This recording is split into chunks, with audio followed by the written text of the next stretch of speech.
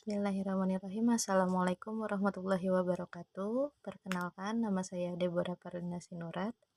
Di sini saya akan menjelaskan sistematika penulisan mini research tentang pengaruh ulasan produk terhadap minat beli konsumen Shopee di Kota Serang.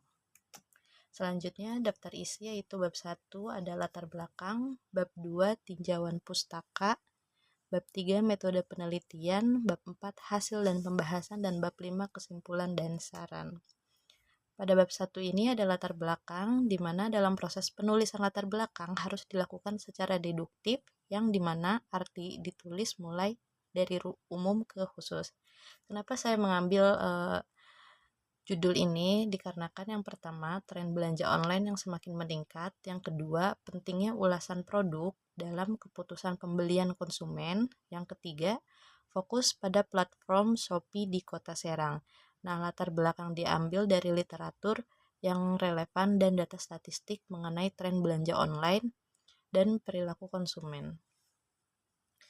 Terus ada identifikasi masalah, di mana identifikasi masalah merupakan bagian dari proses penelitian yang dapat dipahami sebagai upaya mendefinisikan problem serta membuat definisi tersebut menjadi lebih terukur sebagai suatu langkah awal penelitian. Singkatnya, dengan mengidentifikasi masalah, kemudian adalah mendefinisikan masalah peneliti. Di sini ada masalah yang diangkat. Masalah yang diangkat di sini ada 6, yaitu pertama penurunan minat beli konsumen, ulasan produk dan tidak terkait dengan pengalaman konsumen, kebingungan konsumen terhadap ulasan produk yang kurang valid, penurunan kepercayaan terhadap produk, dan perbedaan preferensi dan kebutuhan konsumen. Dalam masalah yang diangkat ini memang lebih fokusnya bagaimana ulasan produk itu berdampak terhadap minat beli konsumen di Shopee. Batasan masalahnya adalah batasan masalahnya fokus pada variabel ulasan produk dan minat beli konsumen Shopee di Kota Serang. Nah, dalam rumusan masalah ini yaitu sebenarnya ingin dibawa kemana penelitian ini dan apa saja sebenarnya yang ingin dikaji atau dicari tahu oleh si peneliti. Nah, dalam rumusan masalah di sini ada 2. Yang pertama, bagaimana ulasan produk mempengaruhi minat beli konsumen di Shopee, dan yang kedua, apakah terdapat perbedaan pengaruh ulasan positif dan negatif terhadap minat beli. Nah, rumusan masalah ini disusun berdasarkan gap penelitian yang ditemukan dalam studi sebelumnya. Ada tujuan penelitian, di mana tujuan penelitian ini menyatakan apa yang ingin dicapai melalui penelitian ini. Di sini ada dua tujuan. Yang pertama, mengetahui pengaruh ulasan produk terhadap minat beli konsumen, dan yang kedua, mengidentifikasi jenis ulasan yang paling mempengaruhi keputusan beli. Tujuan penelitian dirumuskan secara spesifik untuk menjadi pertanyaan penelitian. Di sini ada manfaat penelitian, mana manfaatnya ada 3, yaitu manfaat bagi perusahaan atau Shopee, meningkatkan strategi pemasaran dengan ulasan positif. Yang kedua, bagi penulis, referensi untuk penelitian dalam bidang pemasaran dan e-commerce. Dan yang ketiga, bagi pembaca, panduan dalam berbelanja online di Shopee. Bab 2 yaitu tinjauan pustaka. Di sini yang pertama ada definisi. Dalam pembuatan definisi, yang pertama adalah mengutip definisi dari penelitian sebelumnya secara umum tentang e-commerce, variabel bebas, dan variabel terikat. Lalu kita membuat definisi sendiri terkait dengan e-commerce, variabel bebas, dan variabel terikat. Untuk definisi ini sebenarnya kita mencari secara umum dari penelitian sebelumnya. Lalu kita membuat kesimpulan dari penelitian sebelumnya itu. Di sini kita mencari pengertian umum tentang e-commerce, lalu variabel bebasnya itu ulasan produk, dan variabel terikatnya minat beli. Ada indikator, di mana indikator ini adalah ukuran atau tanda yang digunakan untuk menilai atau mengukur suatu variabel atau konsep tertentu dalam penelitian. Nah, untuk indikatornya ini kita mengambil indikator dari variabel bebas yaitu ulasan produk, dan indikator dari variabel terikat yaitu minat beli. Penelitian terdahulu. Dalam pembuatan penelitian terdahulu ini membuat tabel yang isinya ada judul penelitian, persamaan, perbedaan, dan hasil. yang antara penelitian terdahulu dan penelitian yang kami buat. Di sini ada contohnya, kami mengambil dari salah satu penelitian terdahulu, yaitu dengan judul Pengaruh Ulasan dan Penilaian Pelanggan, Kualitas Layanan, dan Harga terhadap Minat Beli Konsumen pada Pasar Online Shopee pada mahasiswa di Kota Pontianak, yang yang ditulis oleh Widiati A dan Pratiwi di tahun 2022. Nah, persamaannya adalah variabel bebasnya ulasan dan penilaian pelanggan, dan variabel terikatnya minat beli konsumen. Dan perbedaannya adalah penelitian terdahulu meneliti minat beli konsumen, dan hasilnya penilaian pelanggan tak ada dampak secara signifikan terhadap minat beli pada pasar online Shopee. Sini ada kerangka pemikiran. Dalam pembuatan kerangka pemikiran, penulis hanya mengambil dari variabel bebas kepada variabel terikat, di mana keduanya ini saling berhubungan dan menjadi hipotesis satu, mana variabel bebasnya adalah minat ulasan produk terhadap minat beli, di mana ulasan produk sebagai variabel X dan minat beli sebagai variabel Y. Hipotesis penelitian. Menurut Zygmunt, pengertian hipotesis penelitian adalah proporsi atau dugaan yang belum terbukti, yang artinya masih ada sebuah dugaan yang masih bersifat tentatif. Nah, dalam hipotesis penelitian ini diduga terdapat pengaruh positif dan signifikan ulasan pembelian terhadap minat beli pelanggan. Maaf ya ada suara toke, itu backsoundnya. Maaf Bu. Bab 3, ini metodologi penelitian yang digunakan adalah metode penelitian kuantitatif yang berlandaskan pada filsafat positivisme. Penelitian ini menggunakan metode survei di mana data dikumpulkan melalui kuesioner. Terus lalu ada populasi, di mana populasinya konsumen Shopee di Kota Serang. Dan sampelnya, teknik pengambilan sampel yang digunakan adalah non-probability sampling dengan metode purposive sampling. Sampel dalam penelitian ini adalah masyarakat di Kota Serang yang menggunakan aplikasi Shopee.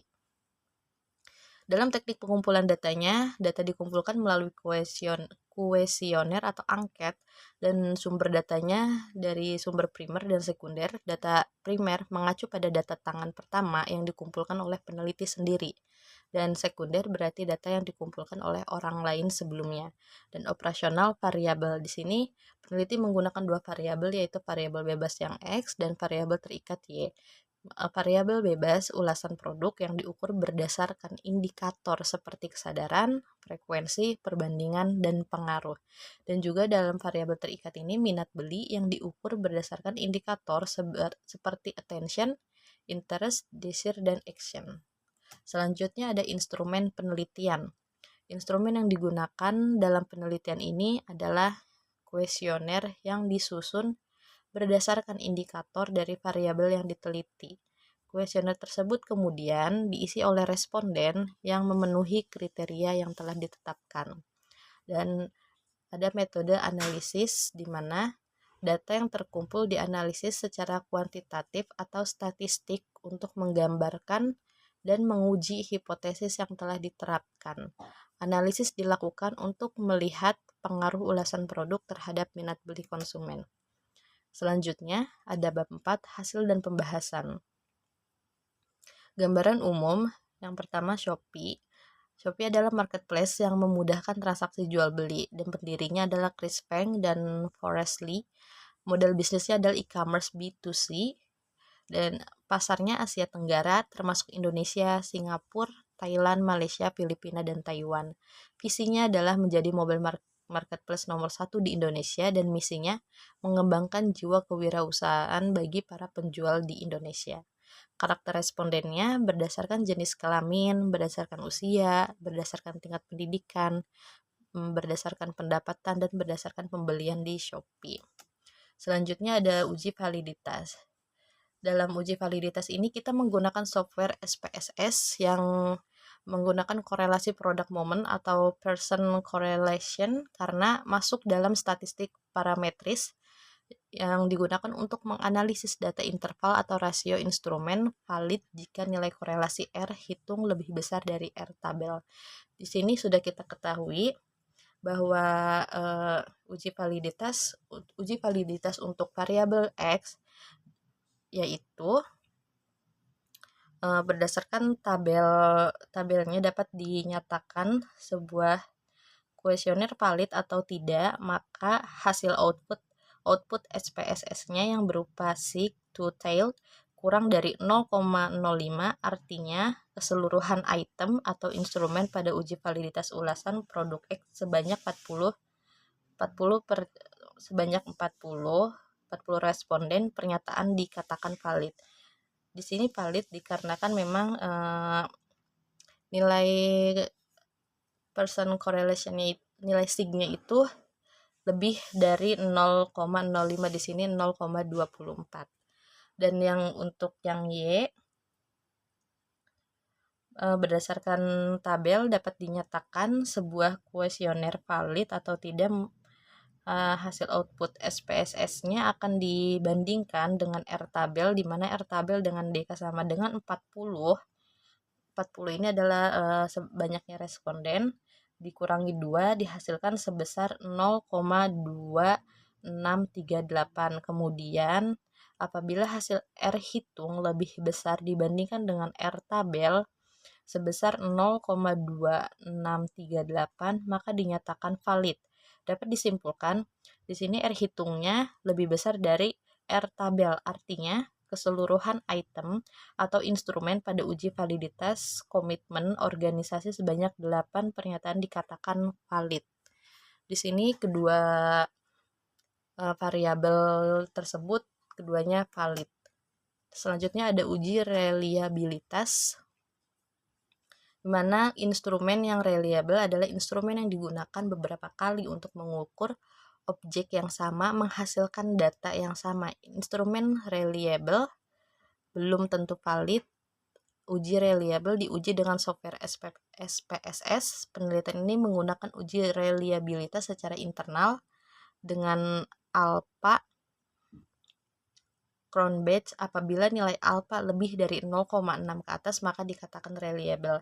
Di sini kita tabel nilai alpanya 0,05. Dapat dilihat bahwa Cronbach alpanya itu adalah nilai akhirnya, di mana berdasarkan tabel tersebut dapat menyatakan bahwa hasil output SPSS-nya akan dibandingkan dengan rule of thumb sebesar 0,6 nully jika nilai Cronbach alpha lebih besar dari 0,6 butir pernyataan tersebut reliable. Maka dapat disimpulkan pernyataan yang terdapat pada kuesioner variabel ulasan produk yaitu X dapat dinyatakan reliable dan dapat digunakan untuk penelitian selanjutnya. Di sini sudah diketahui bahwa hasilnya itu lebih dari 0,6, yang artinya memang hasilnya adalah reliable. Selanjutnya di sini ada yang variabel Y, dimana untuk yang variabel Y ini nilai alfanya 0,0005, dan yang di bagian pojok paling kanan itu adalah hasil akhirnya, yaitu ya pernyataan yang terdapat pada kuesioner variabel work-life balance-nya dapat dinyatakan reliable dan dapat digunakan untuk penelitian selanjutnya dikarenakan memang nilainya itu lebih dari 0,6. Lalu ada uji hipotesis dan pembahasan hasil. Uji hipotesis yaitu ada uji parsial, uji T digunakan untuk mengetahui pengaruh masing-masing variabel independen terhadap variabel dependen. Dan uji T parsial T hitung 2,980 lebih besar dari T tabel 0,68118. Hasilnya hipotesis diterima ulasan produk berpengaruh positif dan signifikan terhadap minat beli. Sini dapat dilihat bahwa hasil uji T-nya adalah dari hasil uji T tersebut dihasilkan sebesar 9,518. Lalu di mana hasil dari T tabelnya adalah 40 dikurangi 2 lalu dikurangi 1 sama dengan 37. Nah, 37 itu dapat dihasilkan 0,68118. Dengan demikian T hitung lebih besar dari T tabel, sama dengan 2,980 itu lebih besar dari 0,68118, yang artinya hipotesis diterima. Situ dapat dilihat yang T-nya yang di warna kuning itu 2,980 dan itu lebih besar dari 0,68118. Maka hipotesis ini dapat diterima. Lalu pembahasan hasil pengaruh ulasan produk. Hasil menunjukkan ulasan produk berpengaruh positif dan signifikan terhadap minat beli konsumen. Analisis detail, ulasan produk yang baik meningkatkan minat beli konsumen. Peningkatan ulasan positif akan diikuti dengan peningkatan minat beli. Perusahaan perlu fokus pada peningkatan kualitas ulasan untuk meningkatkan minat beli. Selanjutnya bab 5 yaitu kesimpulan. Jadi kesimpulannya bahwa berdasarkan penelitian dan pembahasan yang telah dilakukan mengenai pengaruh ulasan produk terhadap minat beli, penulis menarik kesimpulan terhadap pengaruh secara signifikan antara ulasan produk terhadap minat beli. Selanjutnya, ulasan produk memiliki arah hubungan yang positif terhadap minat beli. Artinya, bila ulasan produk meningkat, maka minat beli akan meningkat. Dan sarannya dari hasil kesimpulan, maka penulis mengemukakan beberapa saran, yaitu saran untuk perusahaan atau Shopee itu tersendiri dan saran untuk peneliti berikutnya. Terima kasih, cukup sekian dari pembahasan mini research dari saya. Bila ada kekurangan mohon maaf. Wassalamualaikum warahmatullahi wabarakatuh.